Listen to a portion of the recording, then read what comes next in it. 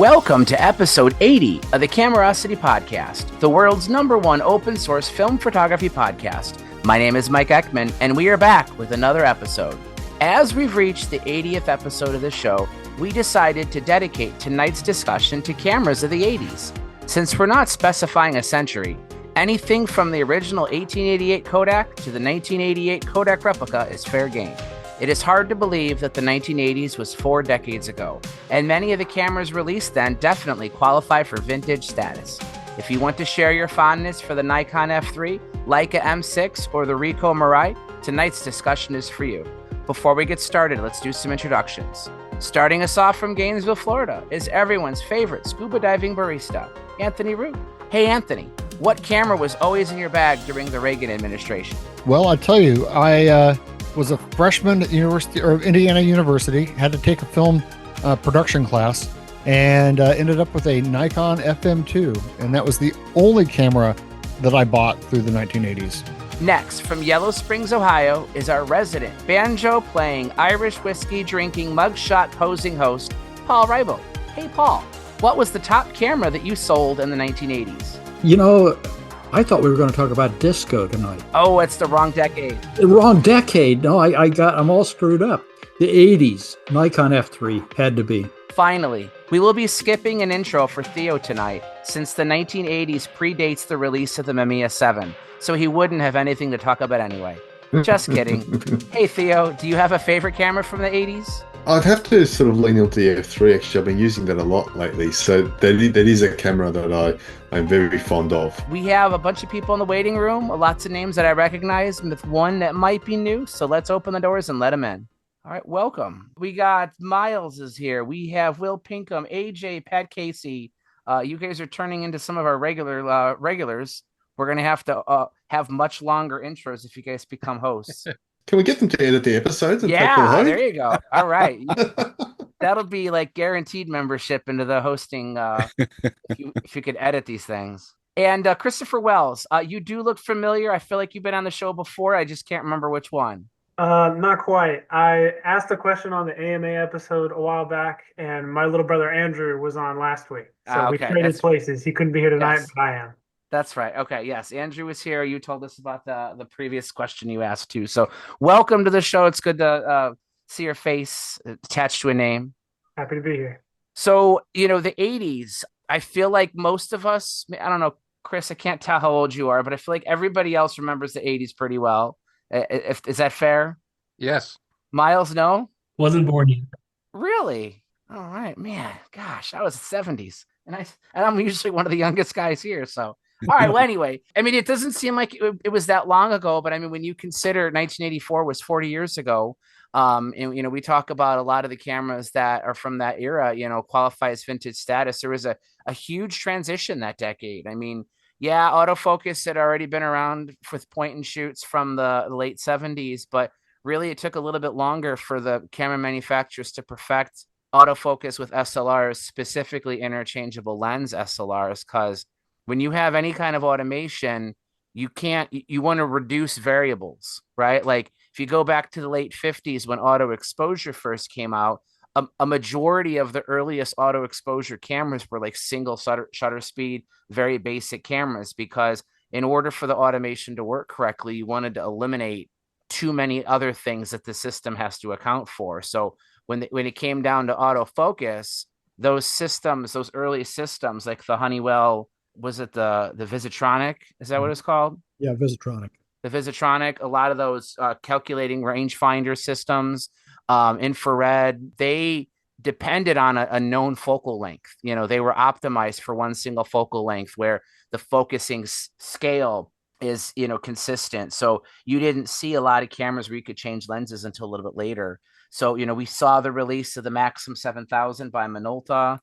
Canon's EOS system, Nikon, pretty much everybody started to come up with those cameras in that era. SLRs were definitely the camera of choice. What about the Polaroid, the SX70? Is that an 80s or is that a 70s? No, that's 70s. Yeah.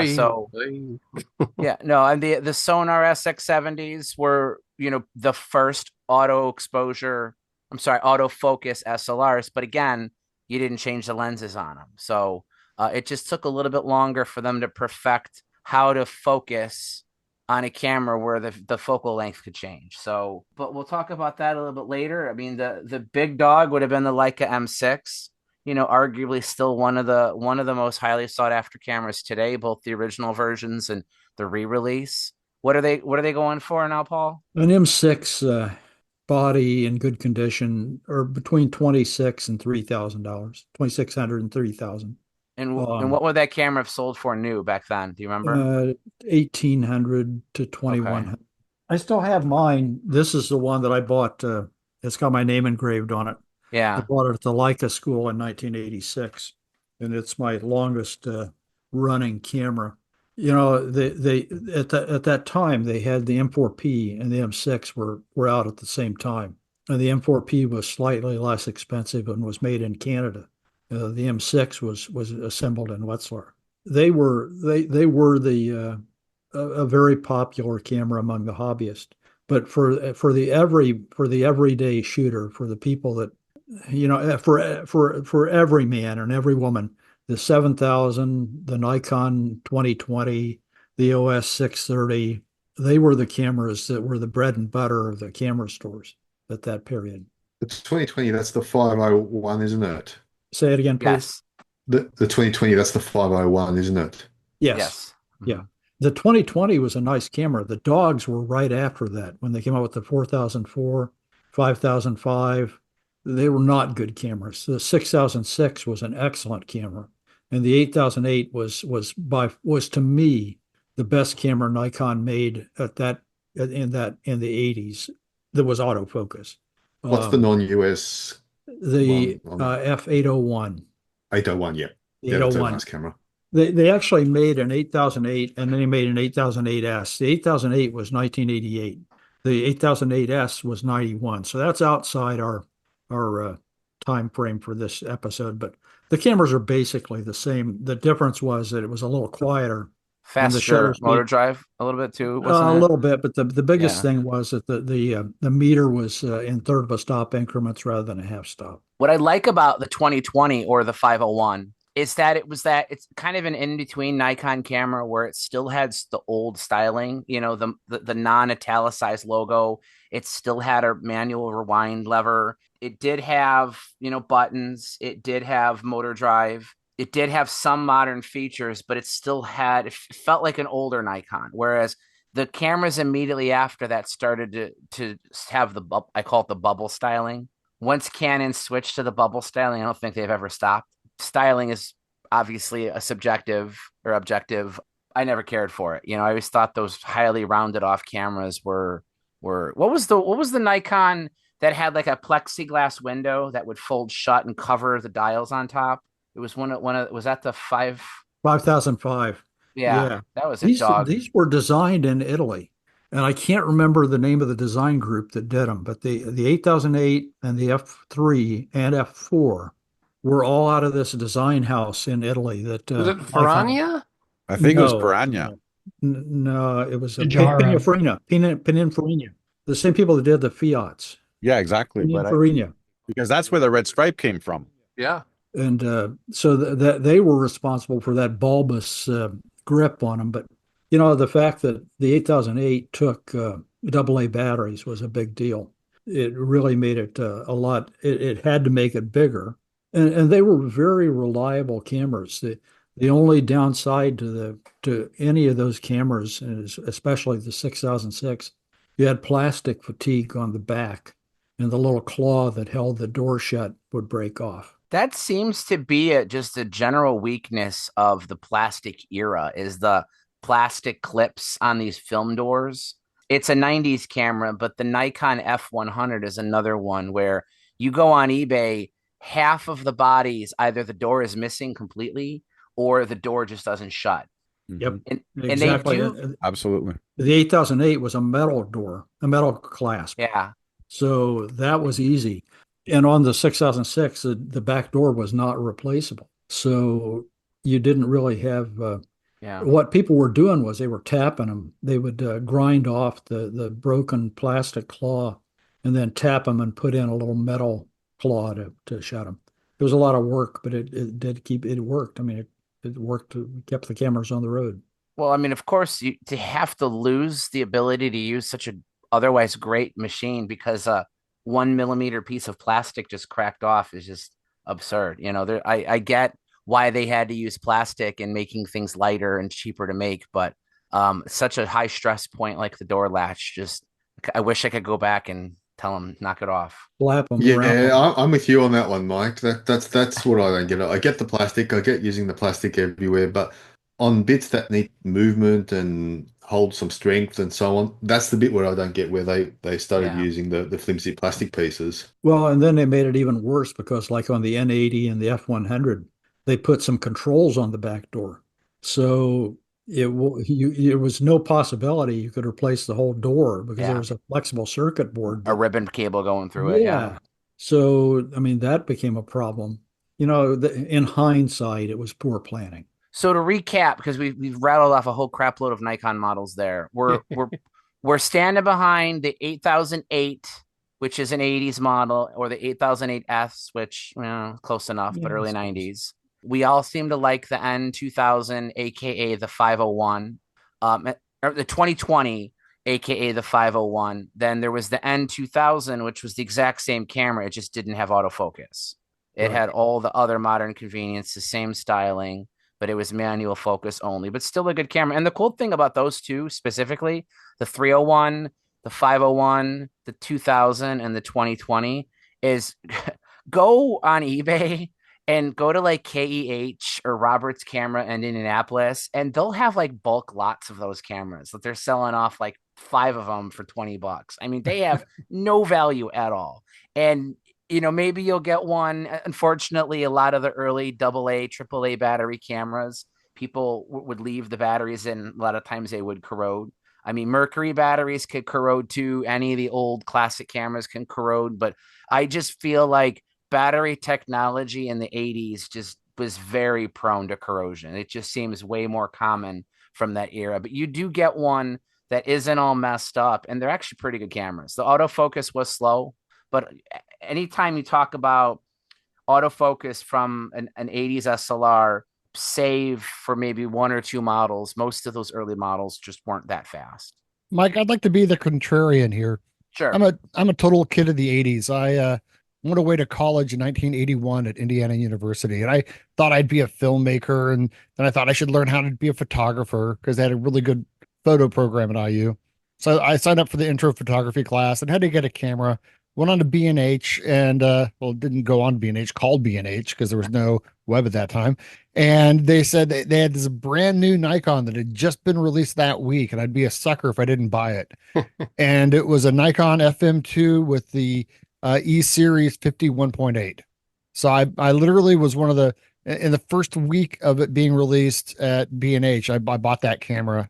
And I got to tell you, I've run more film through an Nikon FM2 than any camera that I've ever owned by far. And, being a punk rock kid, I was going to shows, I'd go to see the Ramones and go to see Blondie and go to see, these bands, Black Flag and X, and I didn't want to be ostentatious. And so I covered the camera up in black electrical tape so there were no logos showing, because I didn't want anybody to know that I had this brand new Nikon. And ended up keeping it like that as I traveled around the world. And that camera literally went around the world with me 2 or 3 times. And in some places, like in Eastern Europe, being in these like Soviet black markets in East Germany on the other side of the Berlin Wall, where you just did not want to be seen with Western gear. That camera was quiet, and it was, to me, it was as quiet as a Leica, and it was full manual, nothing to go wrong. Completely, it never failed on me. I never missed a shot because of that camera. And I would argue that's probably, as far as I'm concerned, in the top 3 Nikon cameras ever made. You won't get an argument from me. I love my FM2 as well. I don't have the history of it like you do, but for a manual focus, it does almost nothing wrong. Yeah, I have the same camera. I mean, I never got rid of that camera, and it still shoots perfectly fine today. I had it serviced in like 95. It's been serviced once since I bought it new. And it had a wonderful motor, if I remember. I had one back in the day, and it had this wonderful, was that not one of Nikon's first small, quote unquote, SLRs? No, not the 2. The original FM, yeah. Yeah, they made two motors for that camera, MD11, MD12. They were basically the same. The difference was the MD11, if you forgot to turn the motor off, it ran the camera batteries down. Oh. So there was no firmware update at that time. So they had to come out with a new model that took the circuitry out.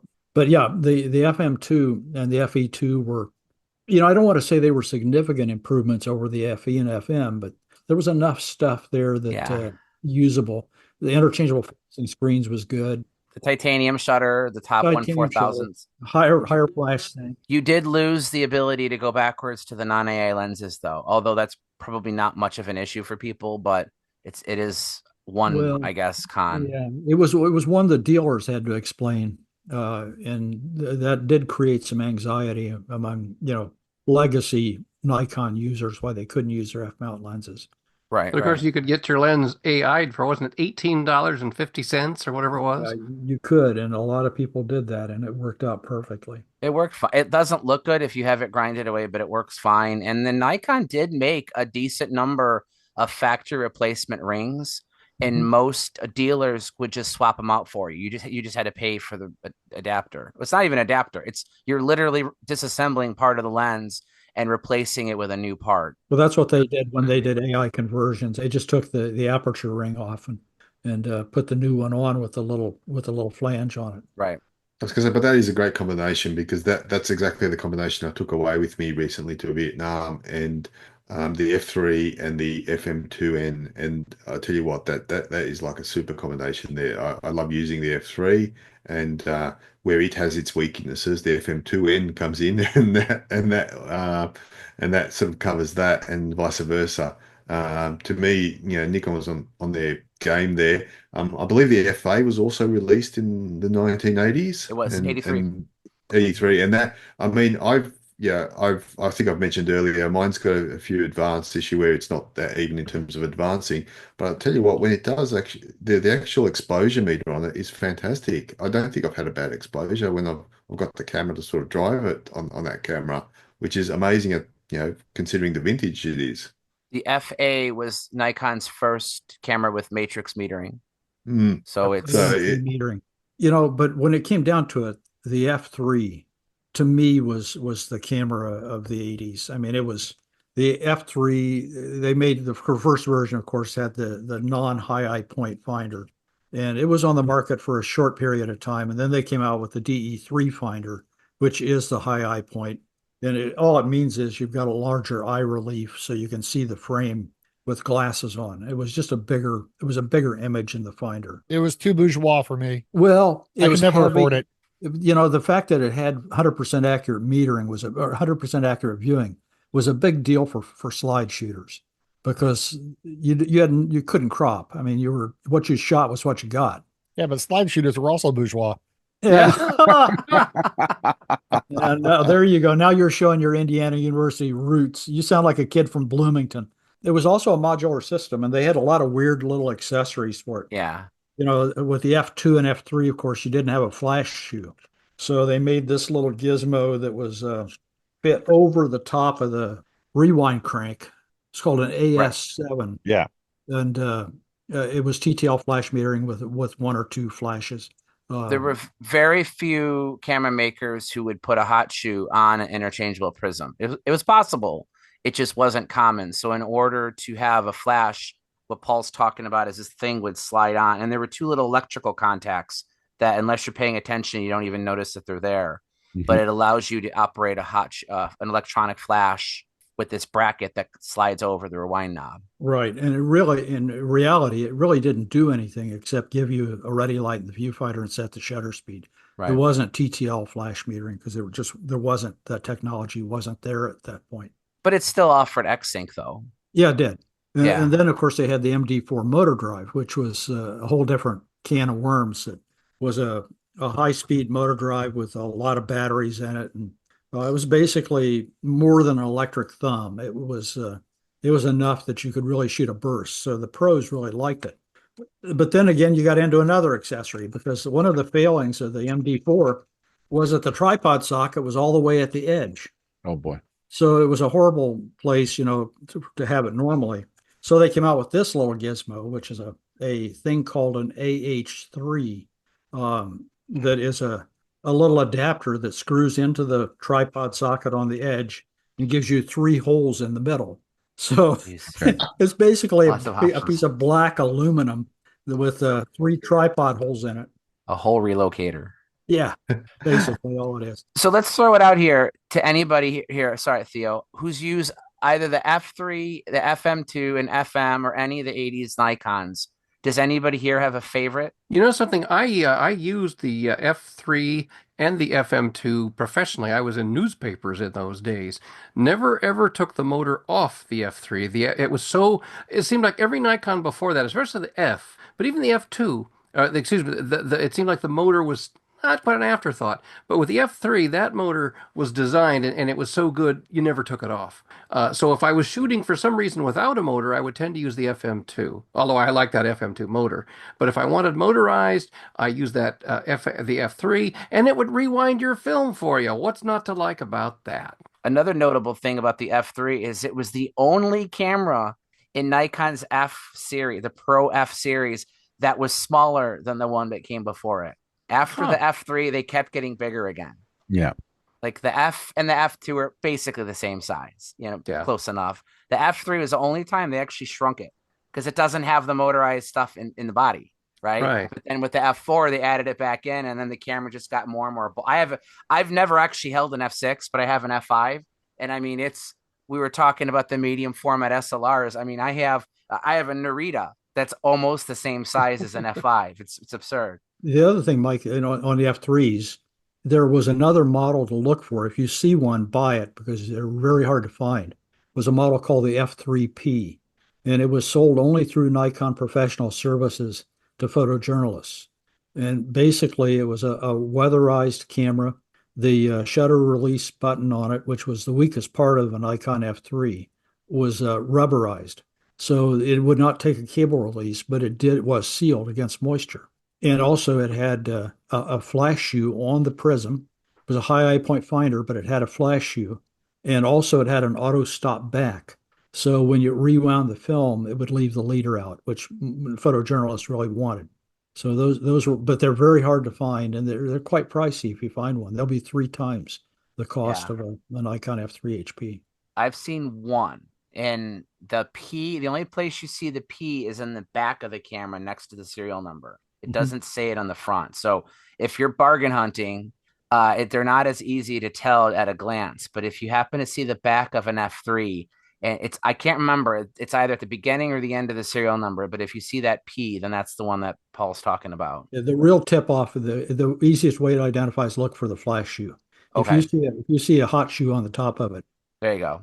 Then you're better. It's an F3P. So I'm sorry, Mike, I interrupted. What else? Who else was using Nikons in the 80s? I had a Canon AE1 program forever, and I think I had a Canon F1, but not the new one, not the one from the 80s. One before that. I bought 2 of them, trying to upgrade to a more pro camera. Both were broken.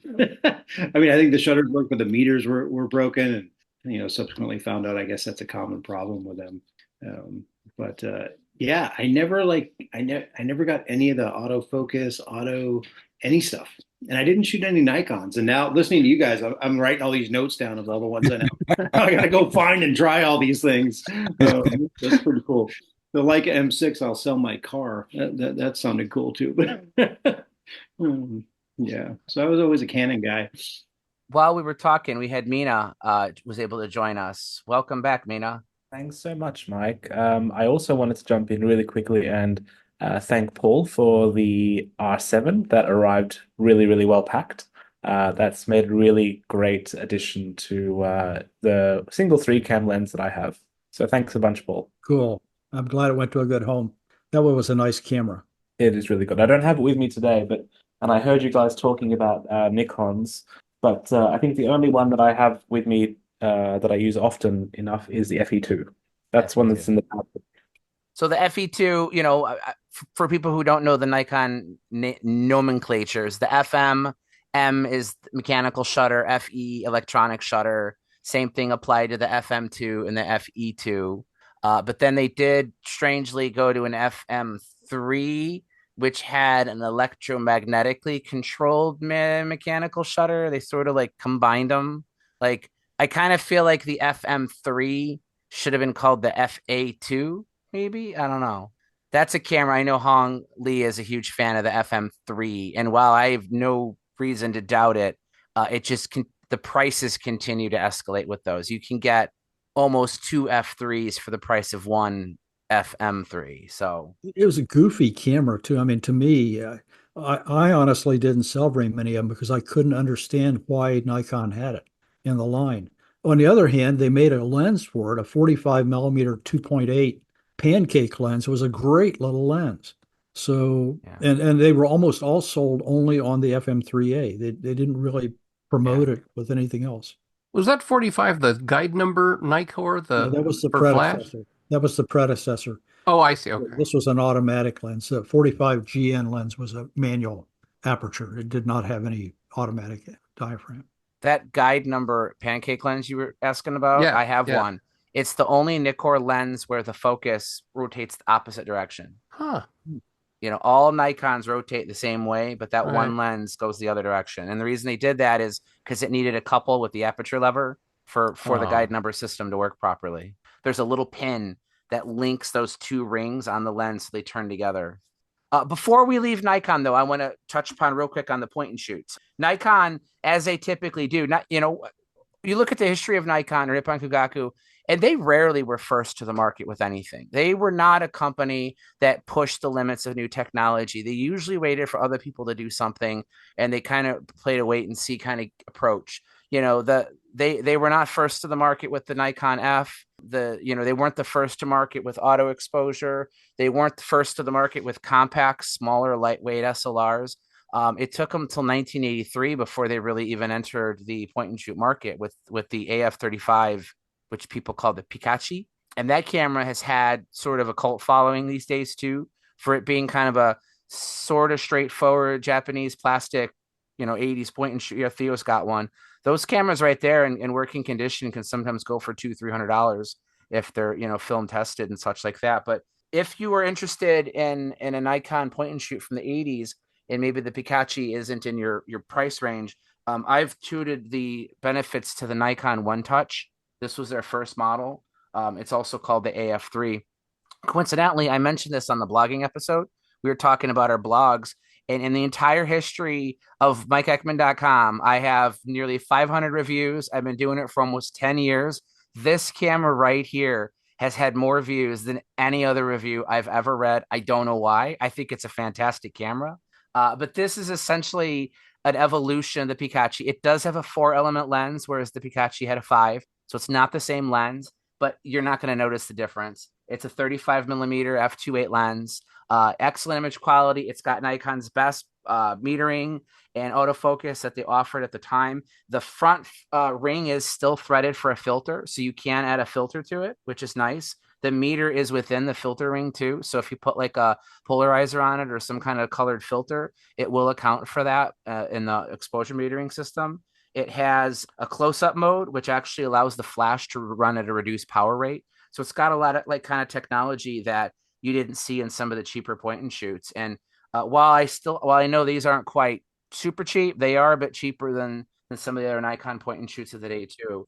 And it's definitely a worthwhile camera to consider for someone who wants an 80s Nikon but doesn't want maybe an SLR or something like that. They are really good. They're a really frustrating filtering size. It's like 46 millimeters, which is a pain source. Yeah, I'll be honest, I've never put a filter on it, but I know the model. The Pikachi had a filter ring. The one that came between these two did not. They got rid of it. And then people didn't like that, so they added it back in. The one thing I will say about this, and this just depends on personal preference, the first two models both use AAA batteries. This one does use a lithium battery, which, actually today can actually be a little bit more expensive to buy the battery. But these lithium batteries on these point and shoots, they never die. I mean, they last forever. Yeah, I owned one briefly. I was going to say with the filter situation, there's actually a good way around that because, you don't necessarily want to be buying filters, a whole bunch of filters on that size. But if you get the old Series 6 or 7s, I'm not sure which one closely resembles that size. you can basically get an adapter to fit that, and then you start to to slot in the actual filters by just using that series, the filter series, which if anyone knows, doesn't know what the filter, the series 6 and 7s and all those old type of filters are, is it's basically a holder that you actually screw in, and then you slot in the filters as you need them. So if you get one that resembles that size, it's probably a way around it. You could step at 46 to 49. Exactly. Or if you're Yeah. a Nikon Exactly. guy, 46 to 52, but I don't think you'd want to step it larger than 52. That looked kind of weird. No. Yeah, it'd be too bulky in the front end of the thing. I did exactly what Paul did. There, I went from 46 to 49 because then it was still manageable. It doesn't really show. And then you can leverage all those 49mm filters that are a dime a dozen. So this is that's what you're talking about. And you got your Kodak, the actual filter itself. Yeah, there you go. So Patrick's They're, holding they're the Is ones. that a Series 5? This is a Patrick? 6, actually. This is a 6 as well. So I would bet you that Nikon would take a 6. Probably. If I could somehow stick it through the computer, I'd let you borrow it, but it doesn't work. Yeah, I love those things. Those are perfect. Got a box full of those. Yeah, and they fit the Leica R series perfectly as well on a lot of those lenses, the 50mm lenses, and I've got a set there. Which reminds me, Paul, I'll probably hit you up for a Series 7 at some point to fit that 28mm you sent me. So, I can't tell you how many of those I've thrown away. I cleaned out my filter box. I had a tub of filters, and I threw away just so many Series 6 and 7s because they. Oh, good heavens! If you're out with your extra, or what else are you going to use, for gosh sake? Mike, when you're talking about the Nikon, the original Nikon point and shoot, what was it called? Was it the One Touch? Was the L35 AF? It was the L35 AF. Well, it was the L35 AF, then the L35 AF2, which that's the one I was talking about that does not have a filter ring. And then the third model was called the One Touch. Right. Okay. And the L35 AF was the first version that took AA batteries. And then also they made two versions of that. The second version went to ASA 1000. Right. That's true. In point and shoot cameras in that period, that was a really popular camera because it was a Nikon. Yeah. But the best camera in that period was my Tani's camera. This is the XA. Yeah, definitely. Yeah, I was just about to say that during that time, I had my FM2, which sort of satisfied my need for an SLR. So my next obsession was the smallest camera that I could carry, and started off with an XA, then went up to an XA2. I wish that I'd bought the XA4 at the time. I didn't buy an XA4 until about 5 years ago, but those went everywhere with me, until I started breaking them. And then I replaced it with my other favorite super compact camera, which is the Minox 35, the ML, which came out in 85. Yeah, Mike and I both have to take a drink of Irish whiskey because we were just waiting to see how long it took you to say Minox. So I'm holding, this is an XA2, but it's the same as the XA. I'm holding the XA2 next to the Nikon One Touch, and it's about 2/3 the length. It's slightly shorter, it's quite a bit thinner front to back. I mean, it is such a small camera. It is, if we were talking earlier about an autofocus Nikon 8008, and then the FM2 was the manual focus, like alternative to it, I'd say the Olympus XAs are the manual focus alternative to the point and shoots. Right. I know it's a different brand, but this camera does not have a motor drive. It does not have autofocus. It does have auto exposure, and only the XA does have a rangefinder. The XA2 does not. But what my Tani was able to do in shrinking and making this camera as small as possible is still an engineering marvel. And the other engineering marvel, the third camera in my quest for the smallest camera in the 1980s is the Agate 18. Which came out in 85. That is a brilliant little camera, actually. It is. I've had a lot of toy fun camera. with that. It's the best toy camera you'll ever have. I mean, it was sold as a children's camera. I mean, you look at the instruction manual in Russian, and it was manufactured and marketed as a child's camera. Was it half frame? Yes. Yeah. Yes. Well, the other thing that was cool about the Olympus XA, that electromagnetic shutter release on it was just so cool. Yeah. I mean, it was so. I mean, Because the problem with a small camera is it was hard to take a picture with them at slow shutter speeds without moving the camera. And so when Maitani designed it with that electromagnetic release, it was so smooth to push that button down that you took away the possibility or the likelihood that you were going to have camera movement. It's probably, of any camera ever made, has the most engineering gone into a shutter release than probably any other camera ever made. Like, he literally had to invent new technologies just to create that shutter on it, like Paul said, to make it as smooth as possible with as little body shake as possible. I tell you what, though, I mean, we're talking about the Olympus there, and they were going small and so on, but there was a competitor there that made a really nice camera that was just as small and just as good.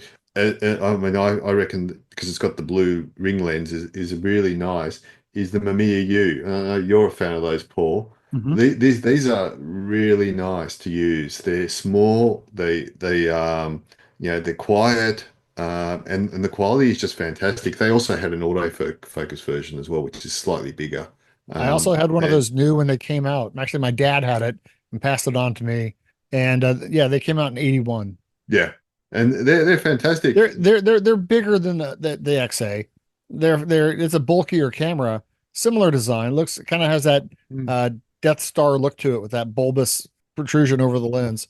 But it's a fantastic camera. The difference is they've got the flash integrated in the actual camera, while the XA series had an attachment. They've had reliability issues 40 years later, Yeah. But luckily I got one from Paul that with a little help from our repair guy out in Nevada, I was able to get it up and running and tweaked. And that camera it delivers. It's a really great little camera. Mamiya was really on their game then too, because there is, and this lies low. Not many people know about these, but I wrote a review on this one a while back, and the quality of this camera was absolutely amazing. Is the Mamiya M? It's bigger, it's bulkier, it's more in line with the L35 AF. So you've got a comparison there. Yeah. But this Mamiya M, the quality I was getting out of this camera is absolutely astounding.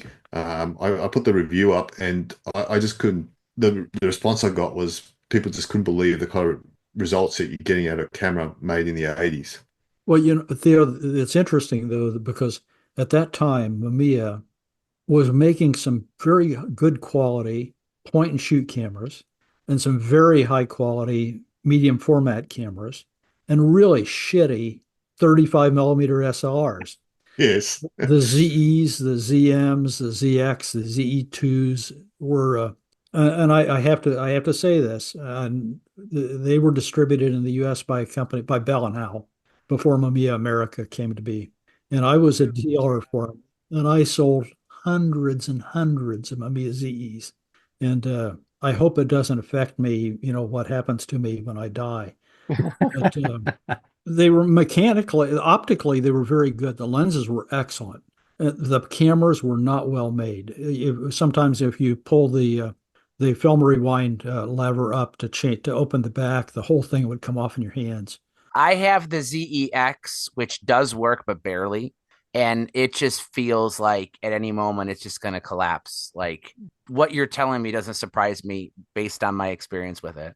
I'm wondering, though, what your experiences, Paul, were with the short-lived NC series, because I had one of those for a while. Oh, yeah. Really nice. The NC, I forgot all about the NC 1000s. But those are earlier, though. Those were late 70s. They were 70s. So they were 70s. They were better built. They were. Yeah. We could do an entire, I think we've talked about this. Mamiya had, how many mounts did they have over the years? There's like 11 different, 11 different lenses mounts. For 11 different lens mounts. If you count the Nikon F, because technically the Mamiya Prismat became the Nikon XF, which used, and then the Ricoh Single X. So, all the different variations of the screw mount lenses, the Mamiya Auto XTL, which was a really great camera, but it had its own mount. The ZE series had its own mount. It's ridiculous. Like Mamiya, for how good of a company they were at some things, boy, they just did not have any leaders that knew how to keep them on track. But the NC 1000 was a nice camera. It was very well made, but it was very short lived. So there was not a lot of lenses or other accessories for it. going back to what Theo said, the image quality of the early point and shoots. One benefit of, and I'll just call any point and shoot from, let's say, the late 70s to maybe the mid 80s. We'll just generically call that the first generation of point and shoots. They didn't have zoom lenses, so the optical formulas were simpler. These were fixed focal length, usually semi-wide angle. For one, they could be made smaller, but also the wider the angle, the improved depth of field you had, which made focusing easier, especially for the early autofocus systems. But even the early autofocus systems weren't truly autofocus like we think of today. Like, there is not a sensor in these cameras that goes, oh, that object is 18 feet away, I'm going to focus 18 feet. Oh, this object is 9 feet away. It didn't work like that. Most of the early systems, they were like automatic zone focus. I don't know, Paul, like if there's a better way to describe it, but it was like there was really only like 3 or 4 actual focus ranges that it could focus to, and it relied on depth of field to fill in the gaps. Am I saying that right? That is correct. I mean, and the improvements came as the numbers of zones increased. Right. The numbers of zones increased. And then as the zoom lenses came out, just by virtue of the design, the lenses got slower. The second variation, the second step was actually not zooms. They were twin lenses. Right. A 40 and an 80 or something. Or a 35 or a 70 or a 35 or an 80. And that was really the difference, because they had not yet got the autofocus to the point where it was accurate enough. It was not infinitely variable. And I can't remember. I think it might have been even Samsung had the first infinitely variable zoom lens on a point and shoot camera, on an AF Could camera. be right. But I mean, if you, and I'm going to make a vague statement, I'm sure there's exceptions, but you could compare a point and shoot 35 millimeter camera from 1992 to a 35 millimeter point and shoot from 1982. And while the 92 is going to have a more modern design, more bells and whistles, probably a more flexible autofocus system, image quality will be less on the 90s camera. The earlier cameras with the Tessar, the Pikachu had a 5-element lens. The original XA had a 6-element lens. I mean, how they fit 6 elements into a body this small is just still amazing to me. But some of these early point and shoots, so I'm holding one here that doesn't get talked about often, but this is called the Canon MC. So this is very similar to the Olympus. It is a little bit bigger, but not by much. It has, you open it by just sliding the door open. It's a 35 millimeter f2.8. It's got a nice red ring around the lens, so it's not a Nikon, but it's a Canon. But I've had to go through a couple of these because the first few that I found suffered from corroded battery syndrome, which certainly isn't a fault of the camera. It's the previous owner just didn't take the batteries out. But this thing's a quite nice camera. It's got a metal door. It is a lot of plastic, but it doesn't feel like creaky. I'm squeezing it and it's not like creaking in my hand. The autofocus system works really well. It does have a motor drive, so it is a little loud when it fires, but image quality is excellent. Very, very, very good. And I would, although I don't own the Mamiya that Theo was talking about, I would suspect it's comparable in terms of image quality. So, Mike, if the point and shoot cameras were the Duran Duran of the 1980s of the camera world, the Nick Cave and the Bad Seeds was also out there. The underground, I honestly didn't even know about them in the 80s. But in 1980, Plabel Machina releases the Machina 67W. And a few years later, they released the 670. I wish I'd known about them when they were new. Yeah. And then also Fuji were putting out just the weirdest cameras for the time. The 690 came out in the early 80s. And then the camera that I have, but I still can't get my mind around, the 680 came out in 89. So Fuji were putting out just really strange cameras that were going against the flow of what was common at the time. Well, they brought back the folding camera. I mean, they reintroduced bellows in the 80s. And I mean, I don't know, but I have to assume people were like, what? I mean, when with the exception of like the Kodak Retina, where it's technically there is a bellows in there, but you can't see them. I mean, I'm trying to think here. When was the last time there was a mass-produced bellows camera late 50s, maybe. Well, it depends 60s. what you consider the SX70. Is that thing a bellows or not? That's true. But yeah, you're right. That is a bellows in the traditional sense, but not folding bellows like But you would Polaroid's see. always weird, so they don't Yeah. count. We'll give Edwin Land a pass, but other than that, which that's a good point. But what was it? There you go. Paul's got one. What is that, Paul? This is a GS 645. Back in the mid 80s, I was a dealer for Plaubel, the Machina 67s, which was the first version. And I bought two of them. And I traveled all over the world with those cameras. I mean, that was my absolute favorite camera. It was the simplest thing in the world. It was so reliable. The meter on it was one of the first cameras with a silicon blue cell. It was just a really good camera. And my wife had this camera. This is actually her camera. It's a GS 645. So she loved this and still loves it. Machinas, I swore I'd never sell them. And then I sold them. And now I wish I hadn't because they're just, I really just miss it. It was just such a nice camera. Well, it was Nikkor lenses, right? Yes. They all had Nikkor lenses. 67 was an 80 millimeter f2.8 Nikkor. We talked about, Nikon never made a medium format camera, but they certainly had lenses available for quite a number from Mamiya, Plaubel, Bronica, yeah. Iris. You could get it. They had a TLR with a Nikkor lens you could find. Bob Rotoloni told me that the Mamiya 6, the folding Mamiya 6, there were a few that had Nikkor lenses on those too. They had a whole series of those 645s, Paul. The one you have though is the first one with the brush guard, the metal bumper. Well, they had some that this one had a rangefinder. The second versions, the wide lenses versions, did not have rangefinders. They were estimate focus. And those were the ones with the roll bar. But it was like a 45 millimeter lens on 6x45. Yeah. Super wide angle. That's good. That's a rangefinder. Are you talking about this one here? This is the GS 645S.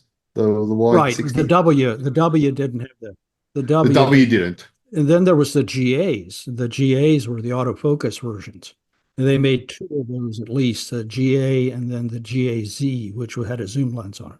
I reviewed the GA. It was one of Kurt's cameras he sent to me when he was still alive. And I reviewed it and I got great images from it. But it was the first time in my life I was like, this is too easy of a camera to use. Like that GA Fuji, wrong decade, so I should probably stop talking about it. But it was a point and shoot medium format camera. It was just literally point, press the button, and you do nothing. So I liked it in that regard, but I don't know, it was too automatic for me. Well, I think it was the only one. I think I'm right about this. I think it's the only medium format camera ever made that was DX coded. Only on Fuji films though, because Fuji had a barcode on it. Because Kodak didn't put barcoding on it. Barcode. Mm-hmm. Yeah. Yeah. So if you used it with Fujifilm, you got DX coding. Right. With it. Yeah. All right. Well, we've had a few people join us. Mark Faulkner jumped in, hasn't been on the show in a while. We have Patrick Rapps, who's been on before, but not one of the recent episodes. We already talked to Chris Wells, but has any of you guys had any of the models we've mentioned before already on the show, or ones? There's a whole bunch of brands we haven't gotten to yet that all had great cameras from the 80s. So well, Patrick is usually into cameras from the 1880s, but I challenged him. I challenged him. All right, there we go. It's a Kodak #2 string set. A string set. 1889. Cool. So that's in remarkably good condition, Patrick. Oh, it's perfect. I've used it too. Really? Yeah, I put some 120 film in it. I used some wine corks as spacers with little pegs, and it worked to. Look at the top of it. It's immaculate. That's in beautiful condition. Doesn't take good photos. I mean, I still have to clean the lens a little more. I'm going to try it again. I just had the proof of use, You press the button, we do the rest. Well, actually, you do the rest. The slick little camera. Now, I did. I have a couple articles on my site. I did a fictitious review of the 1888 Kodak as part of my Kepler's Vault series, and someone had. It's on Pacific Rim, I think. He had found an actual scanned receipt where someone had the original 1888 camera and he had it developed and reloaded, and you paid $10. Wow. You paid $10.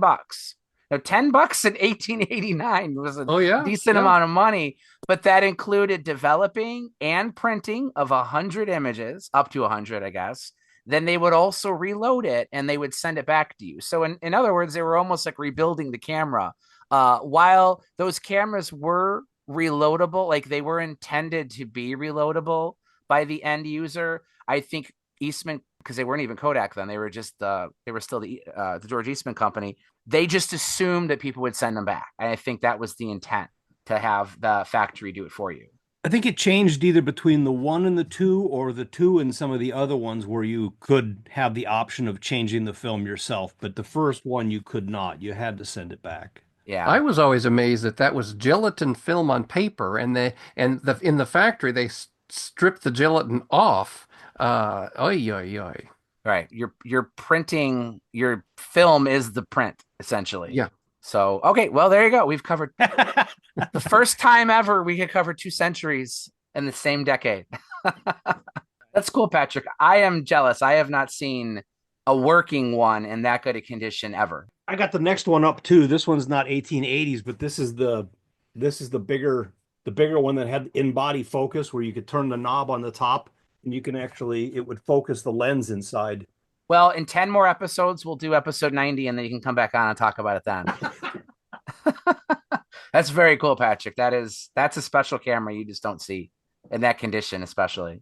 I'd like to return to the Minox 35 series. Oh, okay. I think we're talking about a decade in which cameras of the 80s are increasingly unrepairable. And I think one of the really neat things about the Minox 35 series is that you can send it to Don Goldberg in Wisconsin and for $90 get back a completely serviced camera. Oh, wow. And that is not, there are very few point and shoot cameras left that are serviceable, let alone for that little amount of money. So I think for anybody who's like listening and wanting to, an accessible 35 millimeter camera with a lot of the perks of the 1980s, I think that's a great option. I don't know the answer to this. I'm curious. Does he convert them to the PX28 battery? He does. Yeah. Does he? So you're not locked into trying to find 27s. Yep. And then he sells a little adapter that he made for them. Oh, cool. Okay, great. Cells. I didn't realize it was that inexpensive, because Don doesn't do much that's cost efficient for anybody. What's his wait list like? Do you know? I think right now for Minox stuff, you can get it within 2 months, because I think he uses Minox as like a break from working on Leica stuff. That's cool. That's really cool. I have a GL and a GT Golf, so maybe I'll send one of these in, even though I don't know if they work or not, but at least say that it's been serviced. Was that Golf one of Kurt's cameras? Yeah. Yeah, I have the same camera. Oh, do you? I have the Golf also. Yeah. What's the difference between the GT and the GT Golf? I've got the GT. It's green. Green. Oh. It's hard to see. You lay it down in the fairway, you can't find it. Yeah, it's green. Okay. Yeah. Okay, I've got the GT. It's a beautiful little camera. I love using it. That's one of my newest ones. I just got it last weekend. The GT? Mine's a GL. GL. Yeah, the GL here, and also like the Chinon Bellamy. I also like that one. Yes. Yeah. That's a good one, Mark. Because I just recently reviewed the Chinon, whatever. And another example of a camera where it just pumps out great image after great image. That's a camera, I know, Paul, you've talked about, you're just not a fan of scale focus. For anybody who's just can't wrap their head around focusing without a focus aid, get the Chinon Bellamy or an Olympus XA2. And I'm telling you, unless you're shooting close-up macro photos in a bar, you're going to get a whole roll of in focus, nice, sharp images. Christopher Wells, I'm gonna put you on the spot here. We know he's getting something. Okay. Or he just ran away. We know he's a fan of Minox. On the spot and scared him off. There, now he's back. Get something. Let's see. I want some participation. I live in a small apartment, but I still had to run across the room to get this. Kind of the opposite direction of your Minox and everything. The Canon Snap ES, I think it was released sometime in like the earlier mid 80s. It was my first point and shoot. I found one at a garage sale. It was red and it had a broken battery door, but I was able to take some aluminum foil and a rubber band and make it work, because it just takes 2 AAA batteries. It has an integrated lens cover like every other point and shoot, but a 35 4.5, not super fast, but not super slow. I'm a formerly broke college student. It was the perfect little integrated flash camera. It's actually the only like 80s camera that I have, and I've put like 4 or 5 rolls through this just as like the pocket camera, and I like it a lot. So just a no thought. They're like $20 on eBay. Don't tell Yeah. anybody, but they're not serviceable at all. So you just buy another one if it breaks, which isn't the most efficient, but I like mine a lot. No, those are cool cameras, and they made another one that was really fun. Was the Aqua Snappy? There was a weatherproof version of the camera, which those were either fixed focus or estimate focus. They were not rangefinders, were they? The Snappies. Correct. Okay. Right. Mhm. So The Aqua then Snappy is the same way. you had to go on to the A1 and the Nikon Action Touch and those to get into the AFs. The Aqua Snappy was really a cool little camera that was very portable and came in. What do you got there, Mike? You got a red one or a yellow one? This is Minolta's version. Oh, the Weathermatic. The Weathermatic, but it's the same exact thing. It even has this. I have an Aqua Snappy, and it has this exact same part, the underwater viewfinder. This one has a canister for extra film. I don't know why you would need to bring the film with you underwater, but I guess if you wanted to, you could. It's not like you're going to change it down there, but hey. Instant souping. Yeah.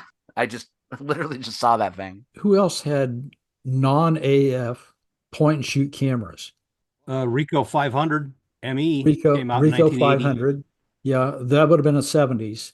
Well, the ME came out in 1980. It was like the G, but it had the multiple exposure switch on it. Say that again. Which one? The ME. It's the 500 ME. It had a little. Okay. It had a selector for multiple exposures. Okay, I don't remember that one. That's interesting. It's a great little camera.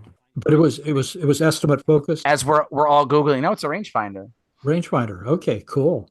And then of course you had the Yashicas would have been earlier. The Yashicas, I'm sure they had something in the 80s, but they took a break from the point and shoots until they came out with the Tessar lens ones, the T series. Yeah, the T, right? Yeah, that was like 84, I think, because they took a break from making the compact cameras for a little bit. But the T, I reviewed a T. The time when they started partnering with, under Kyocera and the relationship with Contax. Right. I think when they accessed all that glass, right? Well, it's really confusing because Yashica partnered with Contax, with Zeiss, to get the Contax name and the lenses in like 74. They did that with the original, like the FX3 and what was the first Contax called? RTS. The RTS. Yeah, the RTS. So that was pre-Kyocera. So Yashica already had access to Zeiss glass before Kyocera came into play.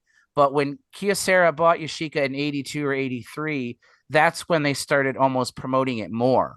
So I don't know if their relationship changed because they never owned it. Yashica nor Kyocera ever owned the Carl Zeiss brand. They just licensed the technology or the name. So when they came out with the Yashica T in 85, that one had a branded Tessar. To be honest, practically every other one of these cameras, these Japanese cameras, had Tessar copies. So optically, I doubt it was much different. But you had the Carl Zeiss Tessar name with the T-star coating, which is what they really, really promoted as kind of giving you that extra oomph of quality, was the awesome coating that they were putting on those cameras. And they certainly were very good. The later versions have become cult classics and extraordinarily overvalued, in my opinion. Yeah, absolutely. I think the nicest camera in that partnership, and thankfully it falls into the 80s, is the RTS II. It is the nicest I've ever handled. Yeah, and the Paul's got the Contax T, which I guess is the German equivalent of the Kyocera created versions. But the RTS II is probably the only SLR that I regret selling. It is just really, really, really nice. I agree. Before the show, I had a little selection you guys can't see in front of the monitor that I wanted to bring up, but I didn't want to be me only bringing up new models. So I was hoping someone would say the RTS2. I agree with you, Mina. This thing is great. It feels solid. I mean, this camera it's not even that big, but it's a tank. I love the display. It's got that awesome red LED display. The viewfinder is as bright as anything out there. I would even say that in the autofocus era, when they started putting the liquid crystal overlays on top of the focus screens, you know how when you half press, something will blink red? how they do that is they're laying a very thin layer of liquid crystal over the viewfinder screen, which ever so slightly darkens it. So before they started doing that, cameras like this have the brightest SLR focus screens of any camera, even ones that came out years later. And just, I'm a fanboy. I love this thing so much. That was also one of the first cameras that was quartz controlled shutter. Yes, it It was. was a quartz timed. It was, there were not, there might, I think it was the first actually. Didn't that RTS mean real time system? And that's what they were referencing was the quartz. Right. Well, Yeah. it was an electromagnetic shutter release too. So Yeah. there was no mechanical linkage from the shutter release to the shutter. Have those held up being just a basic electrical switch like that? Well, they didn't sell a lot of them. So, your sample size was relatively small, but I will tell you that several years back, I bought an RTS3 because I loved the way it looked. That was supposed to be my like premium, top of the line, auto everything, fully featured 35 millimeter SLR that I thought I would use forever. And it didn't work. It was dead. It fired. The shutter actually fired, but the film advance wouldn't work. The liquid crystal display inside the viewfinder wouldn't even light up at all. And after reading some old like photo.net posts or rangefinder forum or D, whatever the forums were that were popular in the early 2000s, it was post after post after post of those RTS3s all dying. And there was a place in New York that supposedly would fix them, but they have stopped accepting work over a decade ago. And that was the RTS3. The RTS2, this thing is bulletproof. I shouldn't say bulletproof. I'm sure it's not, but it's as bulletproof of an early 80s SLR as I think you'll ever find. Are they repairable? As far as I know, yeah. yeah, Nippon Camera Services in New York City. That's probably the one I thought of. Yeah, that's Yeah, it. yeah, They won't Nippon. take the RTS3 anymore, but they will do the 2. Yeah, and they probably will do the standard also. But the standard was actually pretty good. I mean, like all the cameras, that use electronics, they did not know that the components were not a lifetime worth of serviceability. So if it's an electronic camera, it will fail sooner or later. I mean, it's going to happen. I think the nicest thing, going back to the 80s theme, that really stands out for the 80s is, Christopher, you were holding up, I think, an A1 or an AE1 earlier on today. And I think one of the nicest things about the 80s is that it's like the final decade where the nicest possible focus screens are present in cameras, because as the autofocus age started to take over, the quality of those screens diminished because the manufacturer anticipated that you wouldn't need to focus. So it was a darker screen. So you've got this final culmination of all that technology from the 60s and 70s coming into that, probably the first 5 years of the 80s before autofocus really takes off. We had Rick Olison on several episodes ago. He's the guy who makes the replacement focusing screens for a lot of medium format cameras. And we did a whole episode. It sounds like it would be a dry topic. We talked an hour about how focusing screens were made. And there was a part that was incredibly fascinating to me.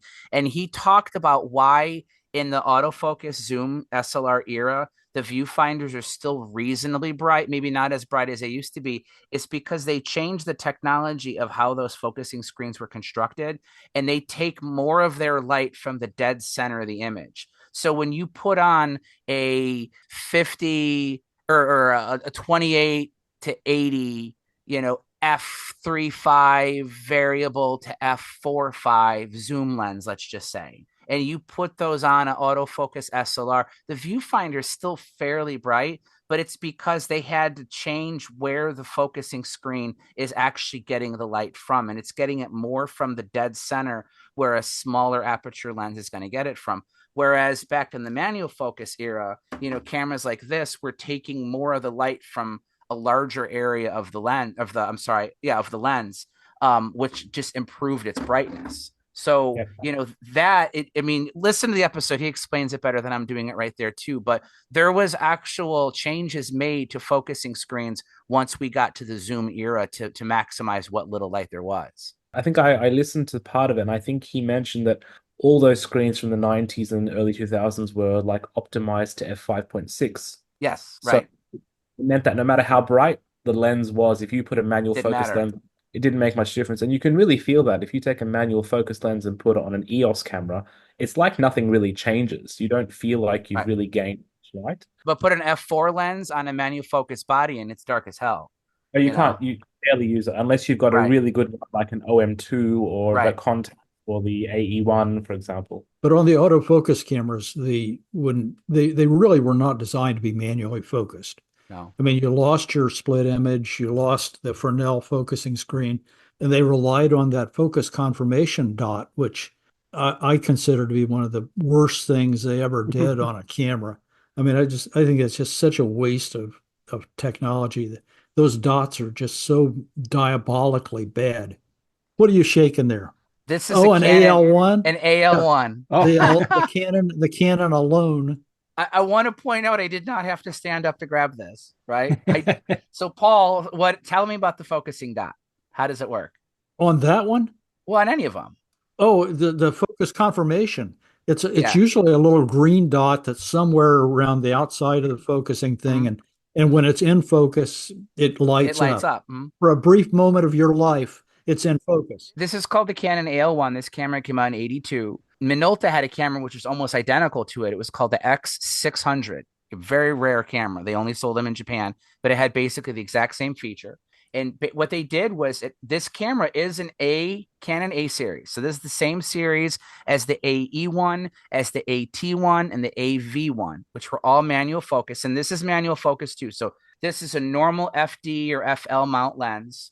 Nothing special about the lens at all. This camera cannot autofocus, but they put in an early autofocus sensor into the viewfinder, and it's doing the things that an autofocus camera does to tell you whether or not it thinks you're in focus. And when it thinks you're in focus, a bright green light lights up in the viewfinder.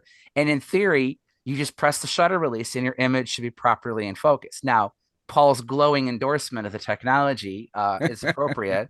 It doesn't work too good.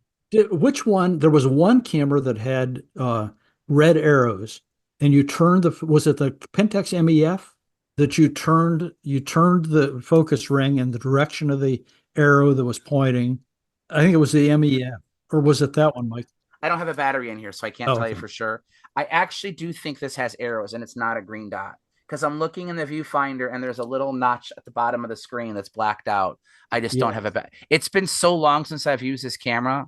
But you're right. There was a Pentax MEF, which was a normal ME. The difference, though, with the MEF, though, is they made one lens that had. So I'm segueing into. I don't have an MEF here, but here's had that big bump underneath it where the motor was. Right. It did have a very early. They made a autofocus version of the Nikon F3 as well. It only worked. There were only two lenses that worked with it, and they were all long lenses. They did not even make a 50 millimeter for it.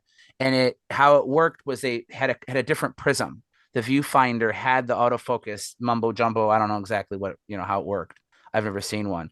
But a lot of these early autofocus cameras have these behemoth of lenses where all the technology is built into the lens. And they're horrible to use. They're very, very large. They're incredibly slow. This one, so what I'm holding here, this is called a Review AC3, which is a German, what was the name of the store? Photoquell, I think. Yeah. They sold this. That Review was their house brand. This is a Shinon CE4 rebadge. This is a Japanese camera sold under the Review name, but they made this gargantuan lens. So I'm holding an SLR, and the lens and the autofocus system is almost the same size as the whole camera. It's actually thicker than the camera. It's got these two Mickey Mouse windows on it, which emit like an infrared rangefinder that you can't see. And there's absolutely nothing coupling this lens to the body. It's just a K-mount, because the Shinons and the Reviews were the Pentax K-mount. So I could actually dismount this lens, and I could mount it to a Pentax K1000. And I would be basically adding autofocus to a Pentax K1000. So the focus actuation has a button on the side of the lens. This green button here on the side. Yeah. So to use it, it has its own power supply. It even has its own power switch. So you turn on the lens completely separately from the body. And when you want to focus, you hold your eye to the camera with the lens mounted, of course. You press and hold this button. I don't know if you can hear it. No. Yeah. There's these lights on top that light up. and tell you that it's focused or not. And it focuses. And then you just press a shutter release and you have an in focus image. So I agree with you, Paul. The focus confirmation bodies like the AL1, the Minolta X600, as far as the technology working the way we expect it to now, they're not very good. It was also true even on the better, like the Nikon 8008s. When you put a manual focus lens on an 8008, they're very hard to focus manually. Yeah, they are. They very I mean, much are. You have to rely on that focus confirmation light to come up because you lose the split image. Very Yes. few autofocus cameras allowed you to go back to a split image. There were a few. There was one Canon EOS that did have a manual focus option. I can't remember what it was called. Does anybody remember? I think it's the EFM, the Canon EFM. Yes. It actually wasn't an EOS. It was just called Right. the EFM. EFM. Right, that's it. Okay. But it did use the EOS mount, but it was manual focus only. And there was maybe one or two other companies that did something similar too, where it was an autofocus body that actually did give you true manual focus. But aside from those, no matter how good of an autofocus system it had, to go backwards to manual focus was not ideal. It's possible, you can do it, but it's not ideal. But as far as if you're a collector and you're like I really love the stories and the technology and the cool backwards goofy designs of yesteryear. I love these cameras. The Canon had the T80. Here's another one that has the big bulbous. It's not quite as bad as the review, but there's just something about doing things the hardest possible way, but still working. And one little more endorsement, and then I'll shut up, about the T80. That's kind of neat. And it's hard to describe. You have to see it. It does have a split image in the viewfinder, where you get the two images that cross like this, but it's a plus though. So it works both vertically and horizontally. It's the only one like that I've seen. Whether you're holding it landscape or portrait, you can still focus in any direction you want, but only on this one camera. Kurt loved that camera. I think the T80. I bet I had 8 of them. What? Really? 8. Yeah. Where was that box at? They were in multiple boxes with all the lenses. I mean, the 75. Oh, no, really? See, this one I've had for years. I've had this pre-Kurt, so this one's been mine for a long time. Okay. No, I would have loved to have, and I think that's why Kurt liked me, is that I wasn't always. I mean, I do wax ecstatic about the common models too, but I would sometimes go off on these tangents on these otherwise truly terrible cameras with dead end technologies. But that would just really excite me to be like, look at how bad of an idea this was. Isn't it cool? and this is certainly an example of it. But, to even call it bad is kind of unfair too, because these were proof of concepts. These were companies sort of throwing something at the wall and seeing what stick, what's in this goofy looking lens was probably the next generation of what was going to become autofocus that worked well. It's the same thing. You go to the auto show and you see cars with goofy technologies that'll never actually make it to the street, but they're putting them on there just as a way to kind of feel and see what's going to work right and what isn't. Mike, I've got a couple more 1980s band analogies for you. Okay, all right. They got to be hair bands, or else I won't know what you're talking about. Well, if there is an equivalent to 1980s Adrian Blue era King Crimson, it's the output of Rollei in the 1980s. I don't know who that is. They lost their freaking mind and just went weirdly complex. And you had the Rollei, the Rolleiflex 6000 series. I think they did 5 versions across the 80s. And they also did 4 versions of the SL66 in the 1980s. These are not cameras that, other than the 66, that are fondly remembered to this day. 6000 was a 35 millimeter, but it looked like a medium format camera, right? Correct. Yeah. It was modular. The whole idea is that it was a modular system. But boy, I've never found one working in 40 years later. No, they were problems. Do you know who designed the first modular 35 millimeter SLR? It never got released. Oh, the Olympus? Yeah. You're very good. Maitani. Yeah. The camera he was working on prior to the OM1 or the M1 was going to be a modular SLR, but it was so far out there and so different from anything anybody had ever seen. Even though Maitani had earned himself a lot of goodwill with the company, they made him shelve it. There's a few prototypes that were made. You can Google them online and see what they look like, but it was a weird looking camera, but it would have been cool to have tried if one had ever been, released. And then if there's an equivalent to a flock of seagulls, that it would be Konica, who in the 1980s released the pop, the Yeah, the recorder tomato. half frame, and then the tomato. The tomato, yeah. Oh, tomato. The tomato, the potato. They should have had a potato to go with the tomato. I got the recorder. This is neat too. It's half frame, vertically traveling.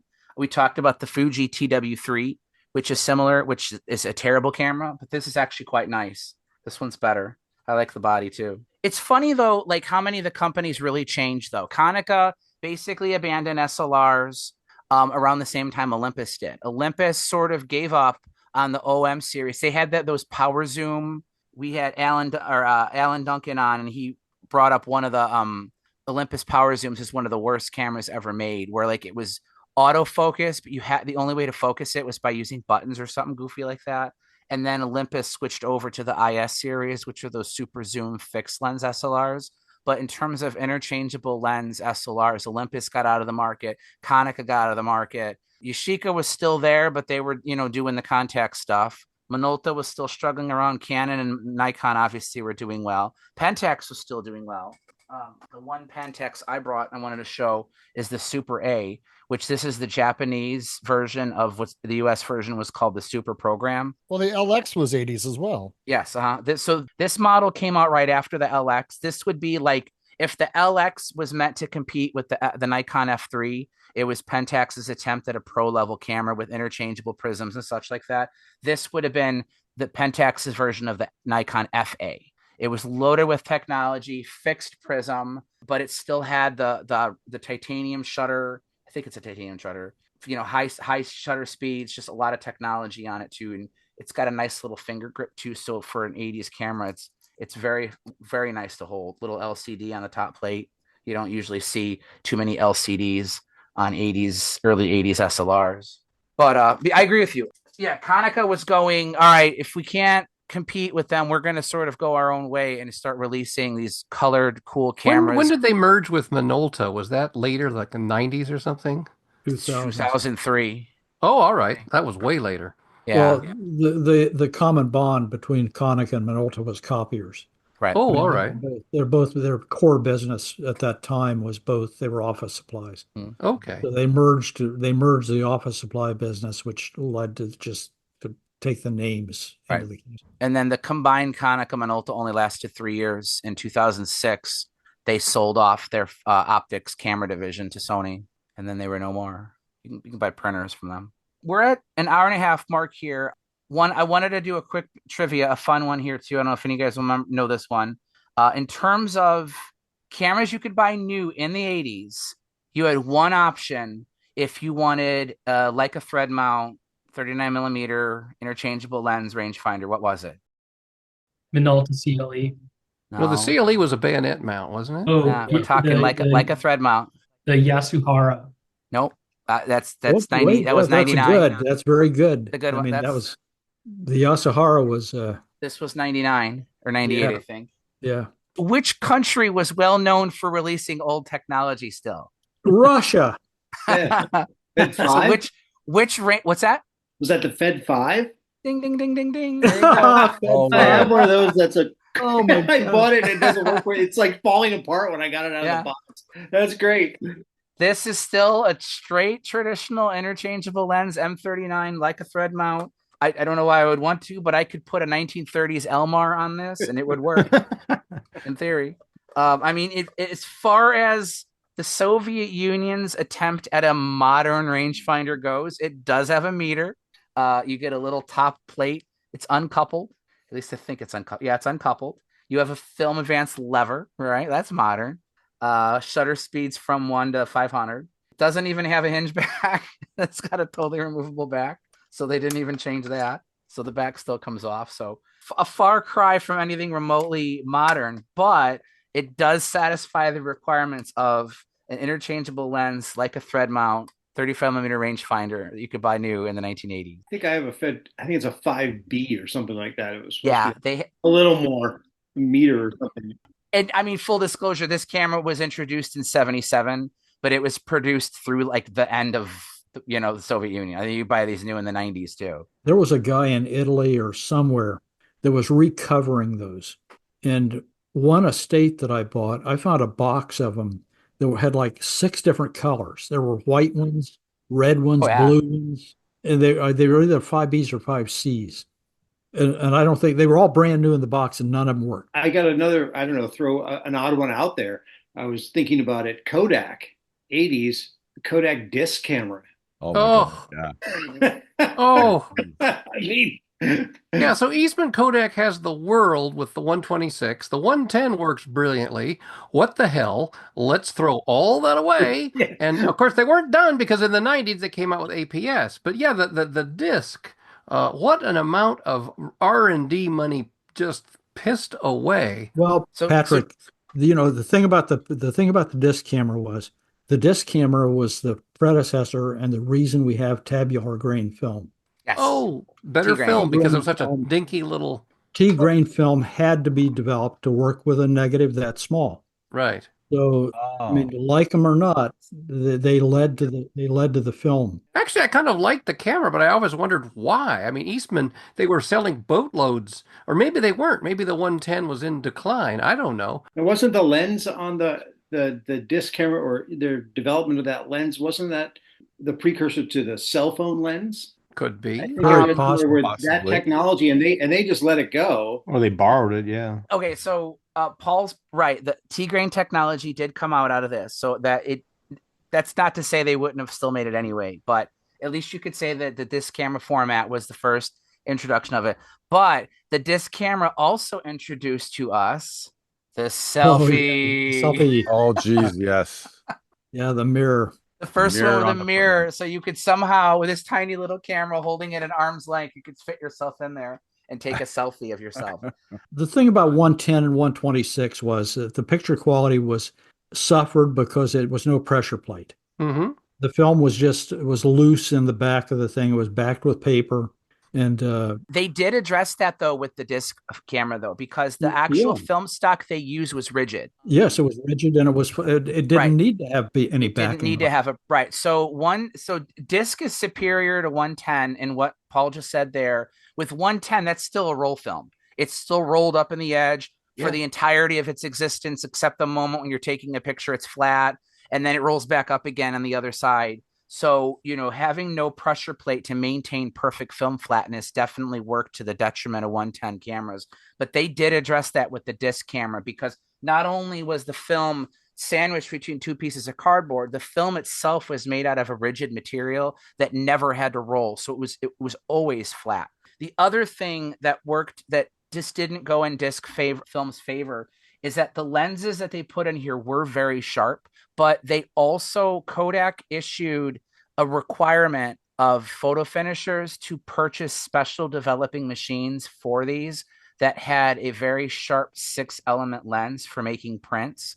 And very few photo finishers did it. They did not want to invest in an entirely new machine, a whole new process just for this crazy unproven format.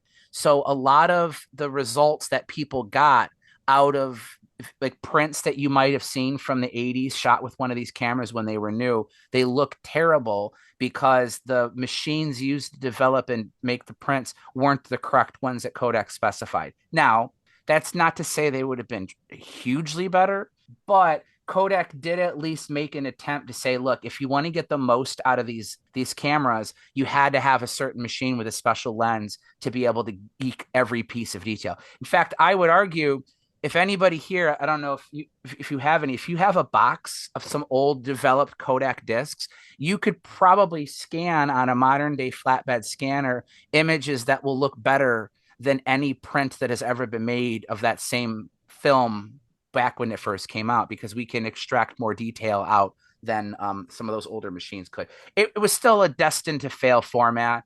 It was meant to be easy to use. It was a cool new design, but it didn't last. Do you know the thing that the woulda shoulda that Eastman Kodak is? It was by then that the concept of drop in 35 millimeter, the camera would basically thread itself and all this and that. So you got 35 millimeter, you have easy to load. That, if they would have recognized that rather than dump all the money into disc and then APS, maybe they would have made it as a company. That was the fantasy of Kodak and the film community as a whole, is instant loading. like forever. I mean, even rapid cassettes, which were really modified Carat cassettes from the 1930s.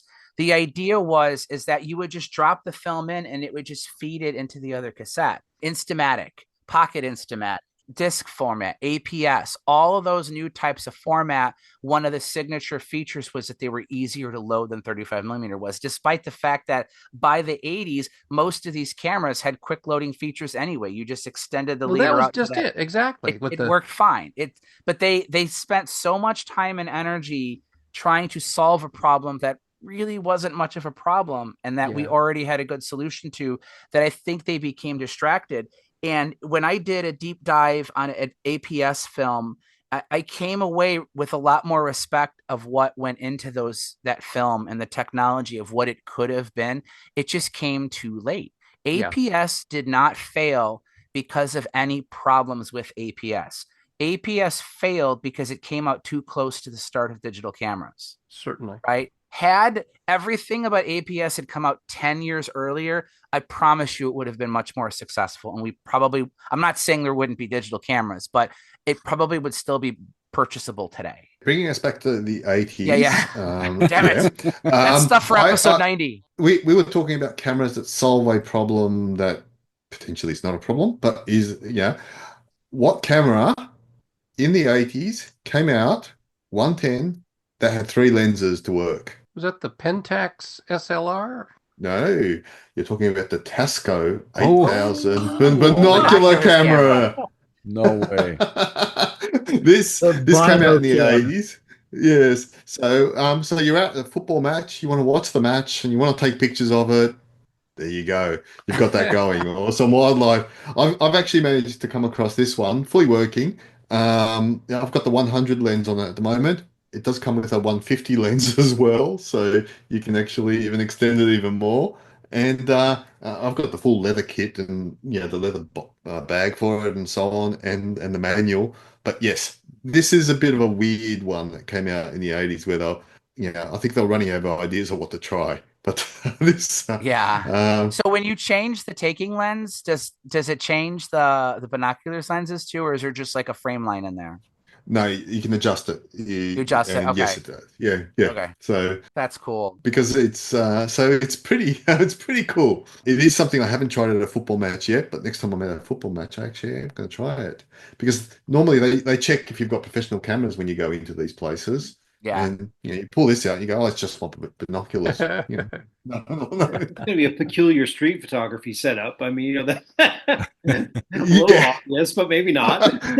Yeah, you might get chased out of a few places if you start walking around with binoculars, looking through windows. And well, in the spirit of things that they tried new in the 80s, here's a camera I know, Paul, I think you used to sell. Did you used to sell these? The Zap Shot? Sure, the Zap Shots, yeah. So tell us what this is. The Zap Shot was still video. It wasn't a digital camera. It was actually a movie camera that captured a still image on a floppy disk. It's a 2-inch disc. It was very unique. I mean, it was and actually the quality on it wasn't that bad. But back in that period, still video was a predecessor to digital imaging, and Tamron made a device called a Photovix, which was a scanner that would scan negatives or slides, black and white or color, onto still video. So the resolution was video resolution. It wasn't terribly high, but it did get it onto a format that could be played on a television set. Right. Which was the whole point of the thing. The Zap Shots would be, you would see your pictures on a TV. Like think of the early camcorders where you would just have a mess of wires that you would plug into your TV. So you would record, if it was analog tape and you wanted to play back video from a camcorder, you would just hook your camcorder up to the TV and people would watch your home videos. This was the exact same way. It was still videos. You would plug the camera into your TV and you would just play. You'd get 50 images per floppy, and you usually would buy the floppies in like a 5-pack or something like that. And you could erase the images. So while it's not a digital camera, you can't call this a digital camera, it did preview some of the modern conveniences of digital photography, in that you could instantly access. If you didn't like an image, you could erase it and just take it over again. And, you weren't limited to only the 50 images you had. How does that compare to the Sony Mavica? Was that an 80s product? Yes, absolutely was. Mavica was digital though. No, it wasn't. Mavica was Wasn't? digital. Nope. It was digital. Oh, the later ones, the floppy disk ones. Yeah. Okay. All right. I know where the confusion is. They're digital. They were Okay. digital. But they would have been what was the time frame on that? 91, wasn't it? Something like that? Something like that, I yeah. think you're right. All right. So It was too early late. 90s, so we're out of the 80s on that. Yeah, I was looking at the Fuji website, and they claimed that in 1988, Fuji introduced the world's first fully digital camera recording digital images on a memory card, the Fuji X DS1P. Yes, as a matter of fact, that's true. So there's two generations of Mavicas. Mavica literally stands for magnetic video camera. The original Mavica came out in 81, and it looked like an SLR, and it wrote to these floppy disks. And I think that Sony saw that as a dead end, and eventually in the 90s, the Mavicas, they reused that name to write digital image. So the ones that you guys are thinking of, I have one somewhere. The FD5. Yes, those are Mavicas that are digital cameras. They are writing JPEGs to a floppy disk. Were eventually they had them where they even wrote to miniature CDs. Yeah, Mark Faulkner That's just sent us a picture of the Mavica that was the original. Yes, yeah, the that's original it. Yeah. one. Mm-hmm. So that one, what he's showing there, that camera was built. It was just never released to the public. It had like 3 or 4 different lenses made for it. That huge circular thing on the top, we'll include this in the show notes too. But the Mavica was the first electronic still video camera. So Mavica magnetic video camera. So to answer the question, the Canon Zap Shot, it's not the same technology, but it's the same concept. You're still writing video. For those of you who remember analog television in North America, it was NTSC. In Europe, it was PAL. So you had different versions of this camera. In fact, there's a switch somewhere on here where I can switch it from PAL to NTSC so that you could have the 2 different video standards for it. But it wrote still video images to floppy disks, which is what that original Mavica did too. Mike, do you know what NTSC stood for? Never the same color. Exactly. What? Is that true? Are you No. serious? But that's what everybody called it. Geez. Could you get a print off of that, Canon? So they made a external reader which had so you basically could take the discs out, and it was like a VCR for those discs. And apparently that player had an optional like SCSI or parallel plug where there was a computer program where you could then import essentially the video files into your computer, which you could then print. But I have to suspect that by the time it does that and prints it, it probably looks pretty terrible. Yeah, it was the It's resolution. going to look bad. These cameras were meant to I be. think this is my gas for the night. Yeah. Paul, those sold fairly well, didn't they? Yeah, they sold very well. And I think that that's a technology that people have completely forgotten about, that before digital cameras, there was magnetic video cameras, and people would go to a graduation or a birthday party. They take a whole bunch of still pictures, and then without having to develop film, they would just pull out a wire, plug their camera into the TV at the same party, and play back their videos for people to see live. Wedding receptions, Right. anything like that. It was very popular. You had to remember that a lot of, probably 50% of the photography back in those days were slides. So people were used to seeing them projected. Yeah, that's It true. wasn't a stretch. It wasn't a burden for them to hook it up to a TV set to look at the pictures. No. And to have those pictures showing people at the same day, at the same party or same event, I mean, we take that for granted now, but that would have been futuristic, like state of the art, amazing. For wedding photographers, it was a big selling point. Yeah. If you had one of those in 1987, you were pretty cool. You could be bored by bad pictures instantaneously instead of waiting for them to be developed. Here's an 80s that we didn't touch on that could have equally been in last week, but the GS1. The Bronica GS1. Yeah. No, I had mine. Mike had his out last week. Bronica was, I don't want to say they were dominant, but they had 3 really good cameras in the 80s. Yeah. And that went into the 90s. But they were strong. We're coming up on the end here. We did lose Mina.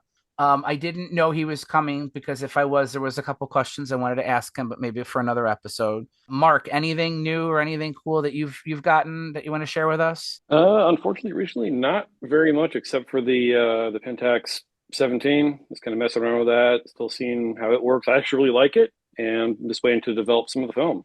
Very cool. Pat, anything new with you? I'm very late to the game, but I only recently realized that a film for one of the companies is actually making 620 film that'll fit a medalist, because any medalist user will tell you you cannot shave down a 120 roll. No. And I only realized recently, because I'm slow, that you can buy that some company is making little 620 rolls. So I've been merrily shooting TMY and stuff like this with the medalist. So I learned slowly, but I finally do pick up on things. You buy enough Kodak brownies and Duoflexes and Starmatics, you start to accumulate a collection of 620 spools. So hell yes, but film for classics, that's they actually are making new. I mean, you can put the stuff straight into medalist. To me, that's a Valhalla I didn't think I'd see. The medalist, the Kodak monitor, the Chevron, there are a couple others. The film compartment is so tight that if you attempt to shave down the plastic 120 spools, even if you manage to get it to the right size, it will jam. The only thing you can do is unroll it completely and in a dark room stuff it in there and use a 620 take-up spool and a hope. That's what you can do, is hope. Scratch the hell. Just get the spools. It's so easy. It's so easy. We had a question that was posted in the Facebook group. Wait. We got an exclusive here with Theo Patanopoulos. Oh yes! No way! It's a little unboxing here. It's not mine. This is on loan to try out for a couple of weeks and send it back. But the new little Rollo 35 AF. Oh wow! Which interesting little camera. It's nice and light. Seems to do what it says on the box. A few little quirky bits and pieces there. Do you have a regular Rollo 35? Do you have an original? I do, and pardon a little bit. It's possible someone's done this by now, but when that camera was first coming out, I never once saw anybody put the two side by side. I did. I took some photos of it the other day too. There we go. So Theo's holding them. From what I can see, it's a little bigger. It is taller. It is. How about front to back though? Because it looks really thick. Yeah, much. It's thicker. A lot thicker. Yeah, a lot thicker. But it weighs about half. Maybe not half, but a lot lighter. So it's lighter and physically larger. Yep, but it does have autofocus. It has a built-in flash and auto exposure. So again, it's still a lot lighter. But the old one was, I suspect, a bit of brass metal or some heavier metal. This obviously is a compound that's a lot lighter now. How many dents around the corners? None, and I cannot return it with dents either. So, but what's interesting is this little OLED there. Screen, yeah, and that's interesting because you can adjust your ISO through it, but it's also the meter, so it tells you whether you're underexposing or overexposing when you go into manual mode, because you can actually run it manually as well. And there's nothing actually in the viewfinder to tell you. It's all on this little, like the old one where it had the meter on top. They've actually kept true to that, which I'm not sure if that's the one feature I would have kept if I was moving into a more modern camera. But yeah, so I thought I'd share my little exclusive there, and well, it's not really exclusive; it's a released camera, but it's something I'm hoping to write over use it over the next couple of weeks and then write about soon. Well, you're the influencer of the non-influencers, because we don't get anything early. That's cool though. I'm excited to see it. I went back and forth whether I wanted it or not, and there was a period of time where I was like, no, I'm gonna do it. When it came down to it, $700-800 for, you guys can't see the shelf here, but I couldn't do it. I just have so many other cameras that I would rather shoot than that thing. I'm waiting to see if it'll convince me, because I was planning on getting it, and I said so I think a few episodes ago, and I was fully on board. But I've been given the opportunity to travel on a trip that I wasn't planning, so the money's sort of diverted to that. Yeah. And I'll have to see if this camera convinces me to buy it. Well, let us know for sure. We'll save that for episode 120, when we do cameras of the 20s, the 21st century 20s. We probably should have done that episode 20, but yeah, well, we didn't know what the hell we were doing back. We still don't know. We still don't know. 120 film. Yeah, there you go. Well, that's super cool. But no, I wanted to answer a question. And this was one that someone had already answered, but I kind of want to just quickly comment on it because I do think it sort of relates to what we're talking about here. But it was Rod Hassler posted in the Camerosity Podcast Facebook group. He said, I'm thinking of getting a 35 millimeter camera for my daughter to really learn the craft. She currently uses my Fuji X100F and gets good results. Right now, the camera at the top of my list is a Pentax MX due to the quality, operability, and size. She's 10 years old, so the smaller form factor is a plus. Any other cameras you think I should be considering? Avoiding point and shoots because there isn't enough manual control. So Rod's asking for recommendations of what sounds to me like he wants to stick with an SLR. He wants manual control. It's for his 10-year-old daughter, wants small form factor, quality, operability, and size. And my response to him, there were a lot of great responses in the group, but my response was, I mean, you already are leaning towards the MX. It's a hard camera to beat. But if it wasn't that one, I might have, steered him towards like an FM or a Nikon FM or FE. But does anybody else have any, suggestions for someone in that kind of same situation? I think the MX is an excellent choice. Yeah. The other one that I would say, and only because it's not the same thing I know, but the Nikon EM. EM? That's a good one. The EM is a good starter camera because you do have some semi-automation. Yeah. So for a 10-year-old, maybe an EM, you can buy them for $60-$70 with a 1.8 lens on them. That would also be one that, because she is 10 years old, and then you step from there into an FM or an FE if she gets into it. But the having a little bit of automation really couldn't hurt. Isn't she a bit young for that, Paul? Because wasn't it a ladies' camera? Yeah, it was. I mean, it's what they Nikon marketed it. It still says that on their website.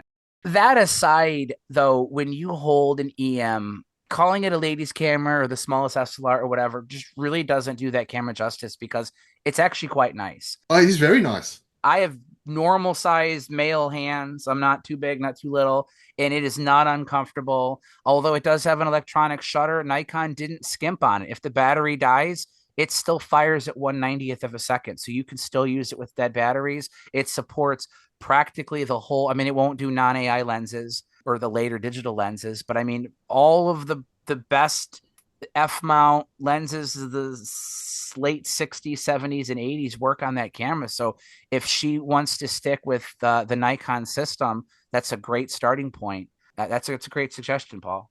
Get the 50E 1.8E lens and you've got a really compact little camera for a little girl. It's a great suggestion. Yeah, I agree. Well, I wanted to thank you guys for coming on the show.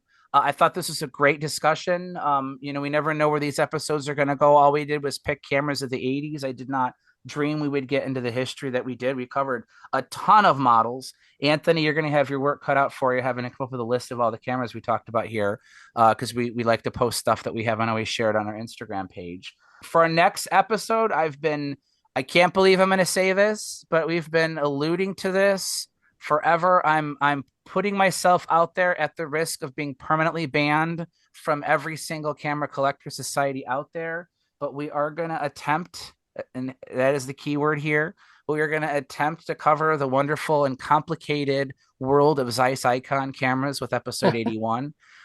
Theo has already said, hell no, I'm not showing up to that one. So you're not talking about the Mamiya 7. I've given up. Yeah, I'm right. out. No, we're going to record. So this will be in the United States and North America. We'll be entering daylight savings time next weekend. So we will be recording on Monday, November 11th.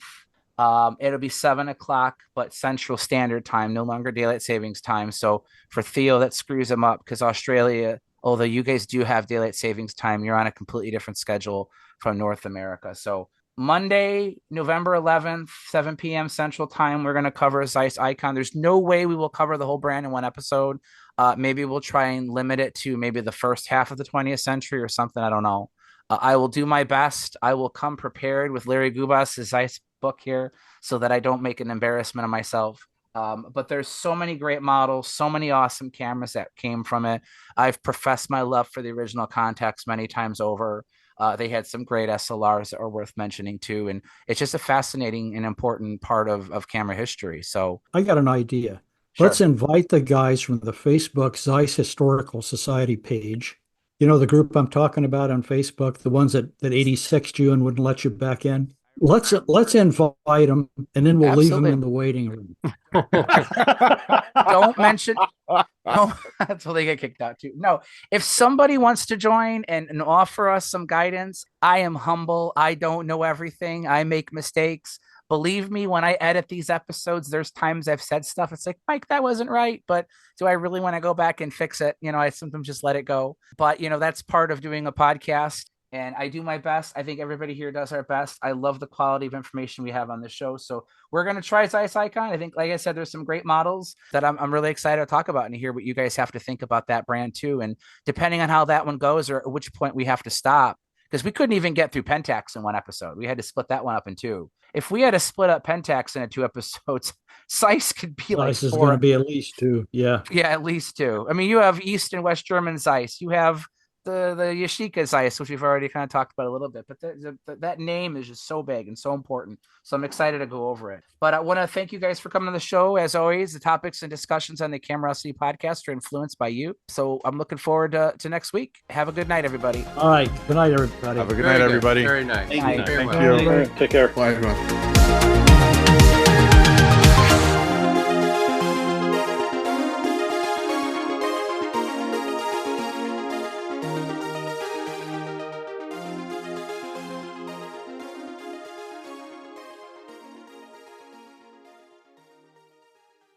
Is that the new Nikon? Yes. Get in there and I'll get your picture. Just push the button. Announcing the Nikon One Touch, Oh, is that the Nikon? Let me. a lightweight 35mm camera that anyone can use, Just push. Is that the new Nikon? Just push. even if they've never picked one up before. Just push. The autofocus, auto flash, auto everything Nikon One Touch. Now everyone can take great pictures. Say cheese.